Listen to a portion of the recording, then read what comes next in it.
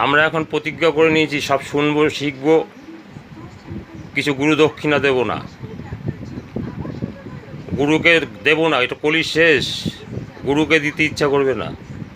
শুনবো, শিখবো, জানবো, আনন্দ করবো, বাঁচবো, অথচ গুরুকে কিছু দেবো না।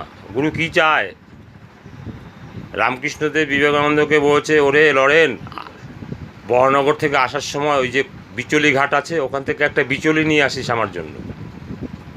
তাই গুরুকে কিছু দিতে হয়। আমি কি চাইছি?